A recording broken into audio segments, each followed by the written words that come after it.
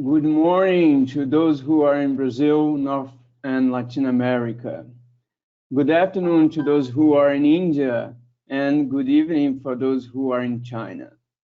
Thank you all for being here today in the second webinar about toxicology focused and agribusiness market. This webinar will approach the non-dietary and human risk assessment in partnership with Lisam Systems. I'm Alexandre Quezada, founder of Smart Talks Company, which has a mission to gather the outstanding professionals from all over the world in order to offer the best solution to our clients. I do encourage you to visit our website and LinkedIn to know more about us. Here with me is Lisan's CEO, Marcos da Mata. Marcos, the word is yours. Thank you, Alexandre. Welcome, everyone. I'm CEO of Lisam Systems Brazil. We are a software company that provides authoring, SDS authoring here in Brazil, and also we have a very nice toxicologist that provides special services for companies who wants to register products, who wants to do risk assessment, and we have now a partnership with Smart Talks to provide this here in Brazil as well. Welcome, everyone. And I'm going to ask now Luisa, the host of this webinar, to talk about what's going to happen today, and then we can start our presentations. Good morning, everybody. First of all, thank you for joining us on this webinar. My name is Luisa Pereiro, and I am regulatory specialist at Smart Talks. I will introduce Dr. Pedroso. She's graduated in pharmacy and biochemistry at Universidade de São Paulo. She has a master's degree in toxicological analysis and a PhD in public health. During her career, she's been a professor teaching toxicology and public health and epidemiology for undergraduate students, and teaching toxicology and risk assessment to human health for graduate level. Our presentation will be around 30 minutes. And in case you have questions during the presentation, and to ensure we will cover all of them, please post of them on the chat. By the end of the presentation, Dr. Pedroso will answer as many as possible. If we don't have time enough to answer all the questions posted, we are going to send you the answers by email. We are recording the webinar and will be available in our website. So again, thank you all for joining us, and thank you, Dr. Pedroso, for accepting the invitation for this webinar. It's a pleasure to have you here with us. And now the word's with you. Hello, everybody. I thank you all for being here with me, and let's start. I'm gonna turn off my camera because I do a lot of faces when I talk. So today we're talking about Brazilian new requirements for pesticide registration. Brazil, as one of the world's agricultural commodity powerhouse, is a huge pesticide consumer and therefore a huge market. So for the ones that do not know how we register a pesticide in Brazil, we have this overview. In Brazil, pesticide registration undergoes appraisal by 3 different governmental agencies. MAPA, which stands for Ministry of Agriculture and Livestock Activities, Anvisa, Brazilian Health Regulatory Agency, and IBAMA, Institute linked to Ministry of Environment. But today in this presentation, we are going to focus on human assessment, particularly on non-dietary exposure assessment, which is subject of Anvisa's public consultation. As everybody knows, in agriculture, exposure to pesticides and the residues occurs during occupational tasks by operators and workers and others that live, work, and are passing by treated crops like residents and bystanders. Those non-dietary exposures have to be estimated prior to product authorization. For that, models with study specific values and full values are used. Anvisa decided to adopt the European model, the model from European Food Safety Authority, EFSA, since according to this agency, this model is more transparent, conservative, and uses current application techniques and practice, at least in Europe, and a tier approach is also possible. Of course, risk assessment 4 steps have to be followed to help decision-making process and risk management. The first step of risk assessment is hazard identification. Hazard identification is the process of determining, weighing evidence, of course, what types of toxic effects, local effects, acute effects, subchronic effects, chronic effects, are caused by the active ingredient or final product. And at least for longer terms, subchronic and chronic effects, animal toxicity studies have to be carried out in order to predict human toxic effects. Toxicity studies must consider all life stages of the species. So, substance toxic effect spectrum can be obtained, and the correct hazards can be identified. Since the main purpose of the science toxicology is prevention of toxic effects, it is important to establish a threshold where no observable effects are, where we cannot observe any of toxic effects. But it's not so easy, right? It's not so easy because in animal studies, 3 doses are used, low, medium, and high, plus control, which we can understand as 0 dose. And the doses are defined pre-study. So we cannot be sure of the outcome of the beginning of the study. If we are lucky, we can have this experimental dose as no AL, no observed adverse effect level, and this will be our point of departure to extrapolate the selected experimental dose from animals to humans. And therefore, we can derive a reference dose or safe dose, in quotes. Usually, we consider at least 2 uncertainty factors. Interspecies difference, a factor of 10, and an interspecies difference, and also 10. Then we are going to divide the NOAL by the uncertainty factors times 10 times 10 to get reference dose and acceptable daily intake. And I forgot to say that no observed adverse effect level is the highest experimental dose at which we do not observe a toxic or an adverse effect.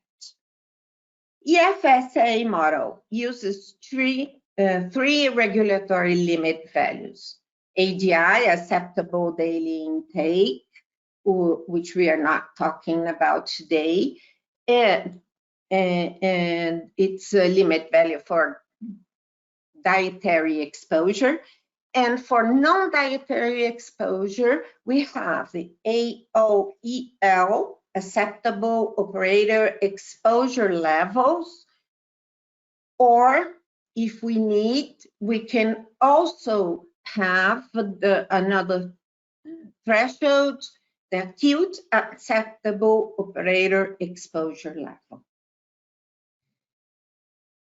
So AOEL is based in the highest level of the experimental dose, which no adverse effect is observed in animal studies, using the most sensitive and relevant animal species. It's a threshold for repeat non-dietary exposure, and it is an internal dose. This is why we need absorption factors. One can derive AOEL for a specific route, like dermal or inhalation, or a systemic AOEL that in this AOEL value covers all routes. We have an example right here, but it's what is also important is that our point of the departure of this extrapolation, the NOOL is obtained from short-term or subchronic animal studies, like 28-day rat, 90-day rat, 1 year dog. And this is because exposure is intermittent. So we are not using a chronic studies as we do in ADI extrapolation. The acute AOEL is a threshold for compounds that pose risk for systemic acute effects or acute effects from following single or short-term non-dietary exposure.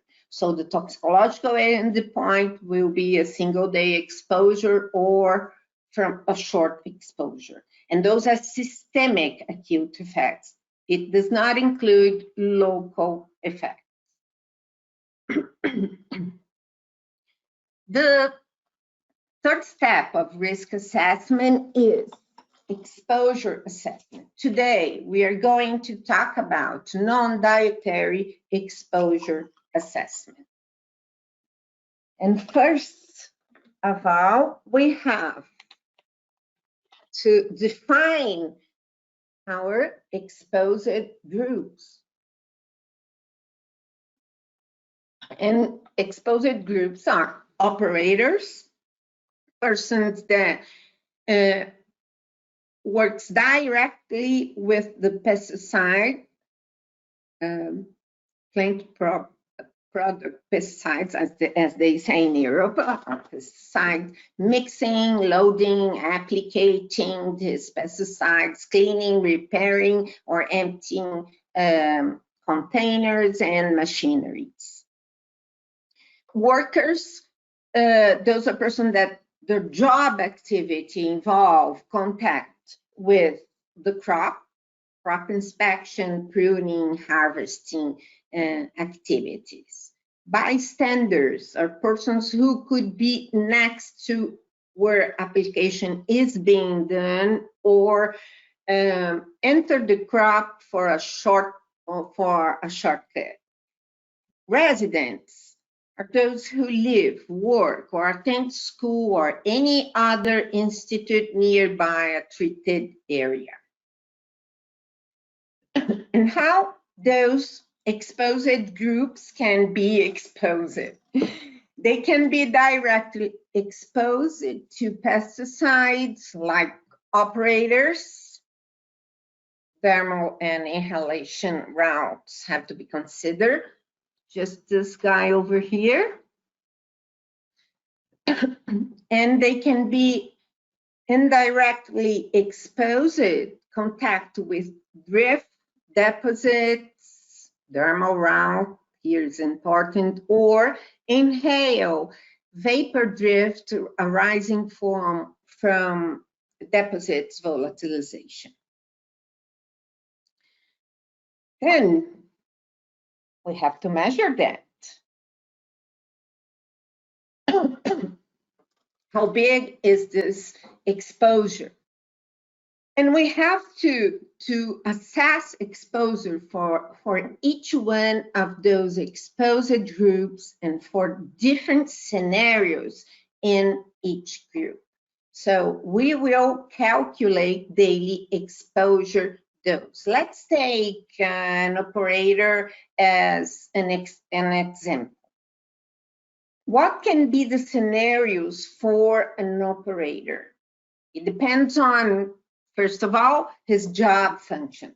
Is he a mixer and loader or only a pesticide applicator? And here we can see the scenario refers to job function, as I said, a specific type or application equipment, formulation type and level of personal protective equipment, PPE, used by the operator. And this guy over here, we talked about is using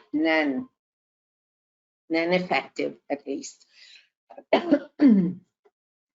This exposure dose is based on pesticide application rate, application area, application equipment, and what personal protective equipment is used by operator or is not used.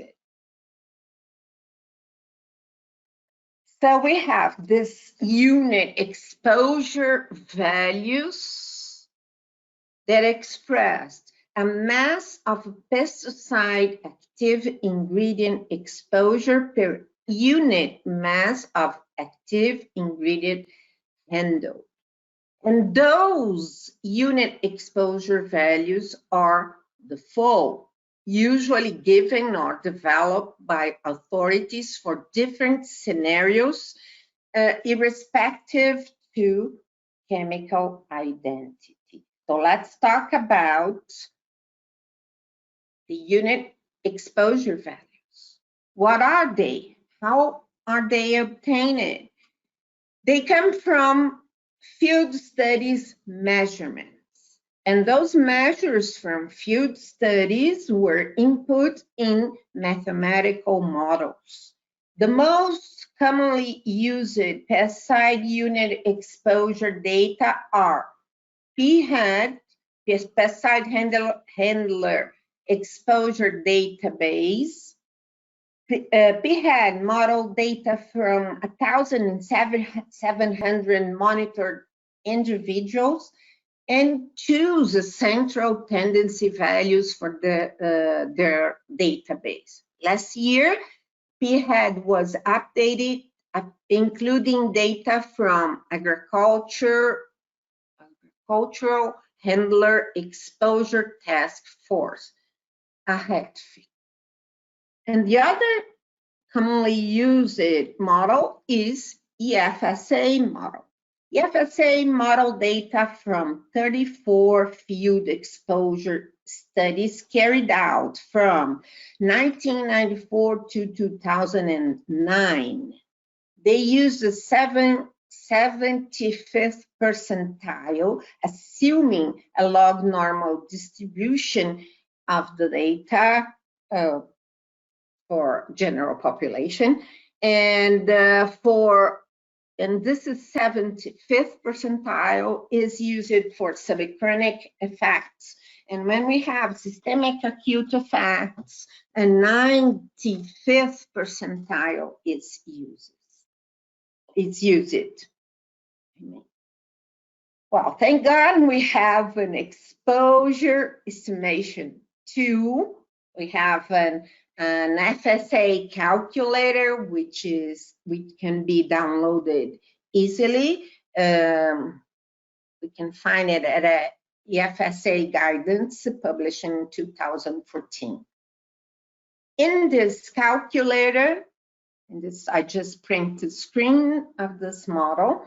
we can input the values of the active related to the active ingredient, and we can extract from the product leaflet, or use study-specific values or default values.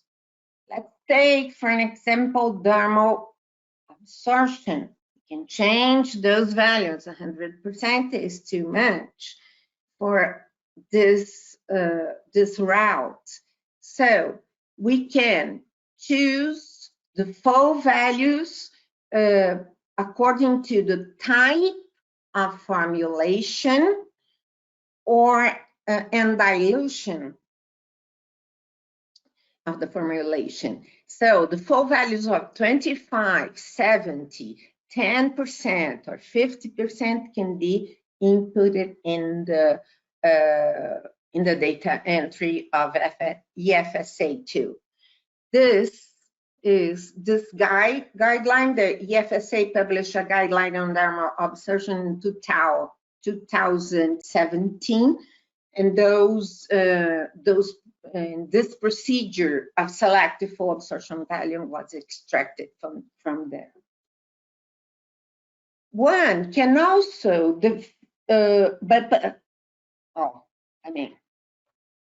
other default values cannot be changed in an EFSA calculator as it is right now for download.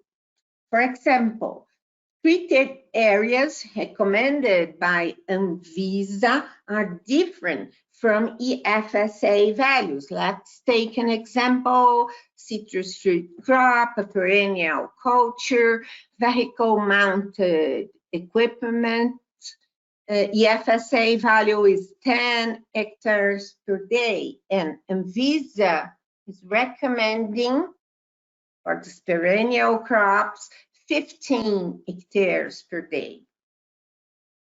If we have a non-perennial crop, like leaf vegetables and fresh herbs, 50 hectares per day is adopted by EFSA, and Anvisa for non-perennial crops recommends a 60 hectares per day value. This value, 60 hectares per day, were based on studies carried out by the ProRuma Institute. They are based in Brazilian activities, agriculture activities.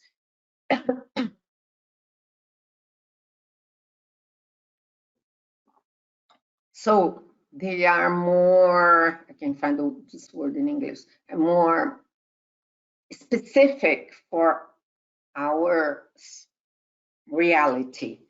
In this exposure calculator, the selection of the scenario, it is written in the guideline. Then in the FSA2, the selection of the scenario will automatically redirect to the appropriate treated area per day. So Anvisa has to decide to solve this problem, because we cannot change the values right now. And also, EFSA model does not have some scenarios like aerial scenario. It's not present in EFSA model.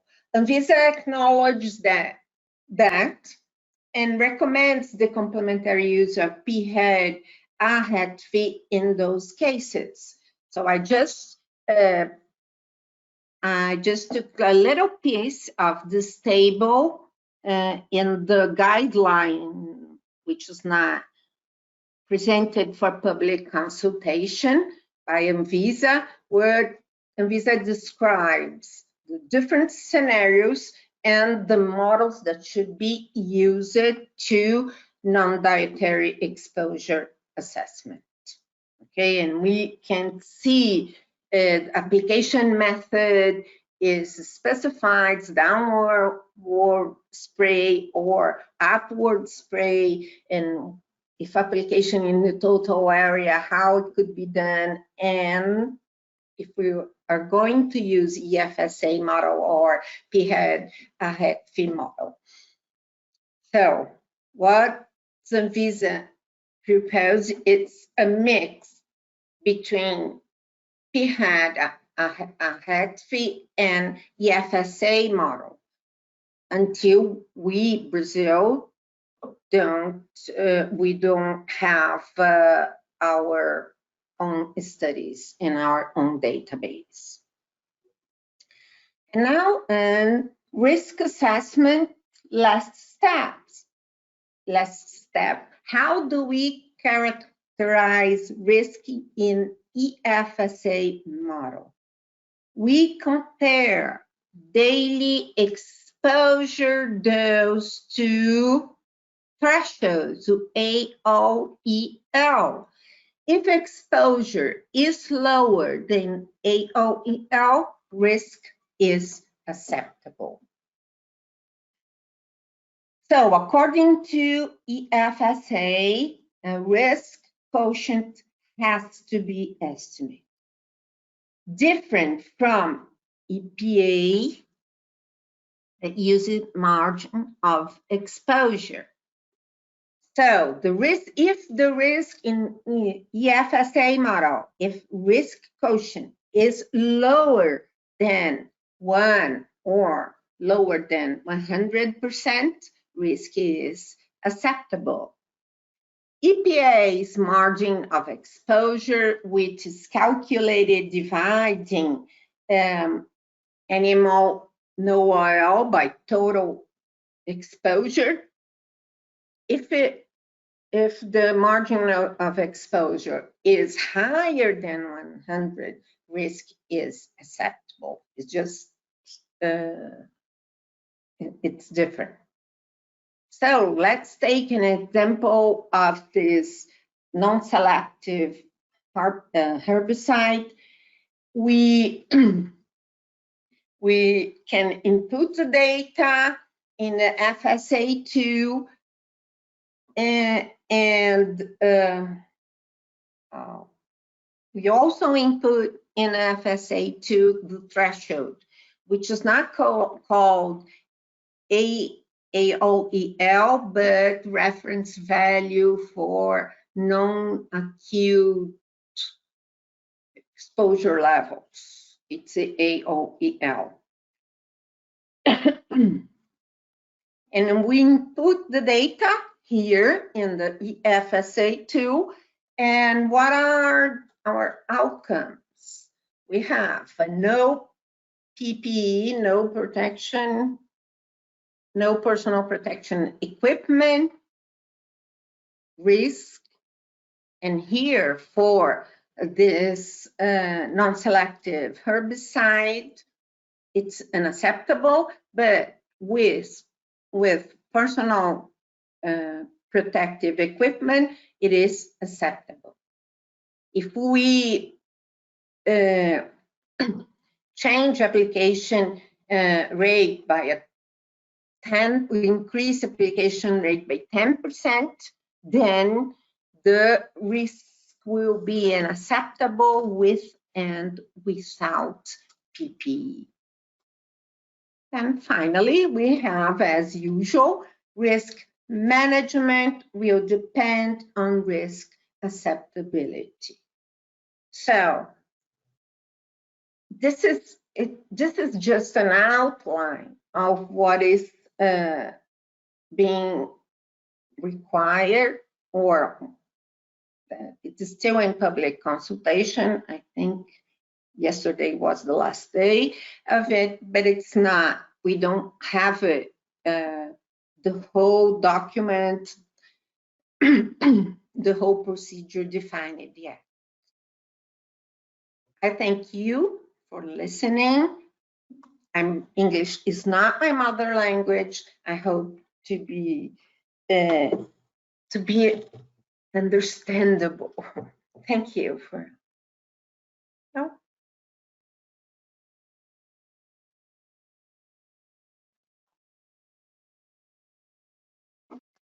Okay, so we have only 2 questions in here, and both of them are asking us if they can get the PPT material after the webinar. As Marcos already answered, we recorded the webinar, and the presentation, the recorded webinar, will be available on Lisan and Smart Talks website. So if you do have any questions, please feel free to do it now. Fatima is there waiting for questions. Otherwise, I think I was completely, fully understood.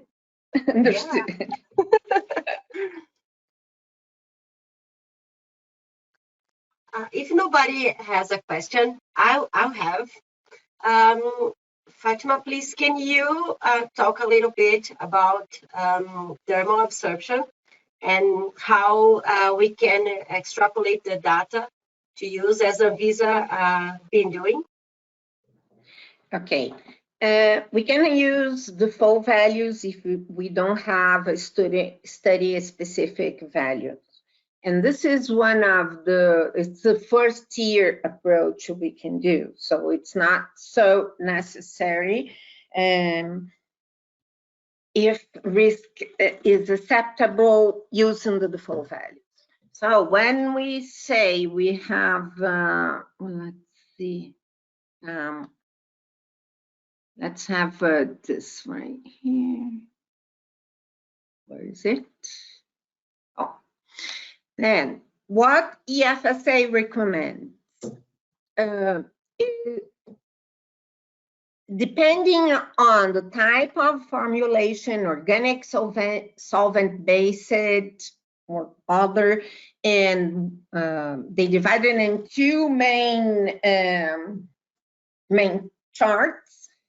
If it's not an organic solvent-based, it's a water-based, then we are going to evaluate if the formulation is undiluted or diluted. If it is undiluted, we have a default value, a lower default value, 25% for organic solvent-based formulation and 10% for water-based or dispersed formulation. And if it's diluted, it's 25 is lower. If it's not, then we have 70 for organic solvent-based and 50 for water-based dispersed. If risk is unacceptable in this case, shut down my camera. What can we do? We can do a specific study and then use the specific value, which should be a lot lower than 25% or 10%, a lot lower. 10% is just a little bit lower, but 25%, I'm sure we don't have that. Okay, thank you.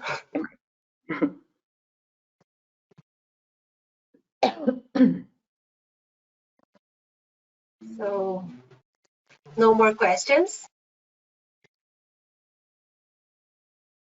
So, okay. Thank you so much, Dr. Pedroso, for your presentation.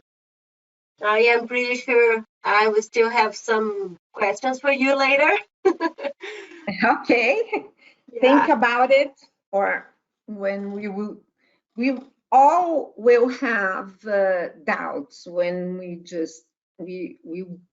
will in fact doing risk assessment, non-dietary risk assessment, because different models and all the stuff, it's a different model. Everybody is more used to, at least in Brazil, to PHED, the HET-FIB model that uses central tendency values.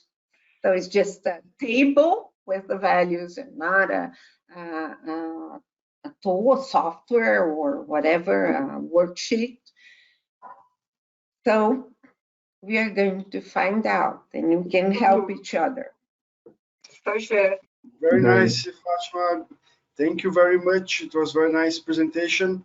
And everyone, also possible to send the questions in Portuguese after, because here the audience, we have both Brazil and other countries. So you can send to Smart Talks or to Lizam, and our team here will provide the answers and the guidance. Yeah, I'll and the try to question can answer be all. done by mail, by LinkedIn, by website. So you choose the way of communication that is more convenient to you.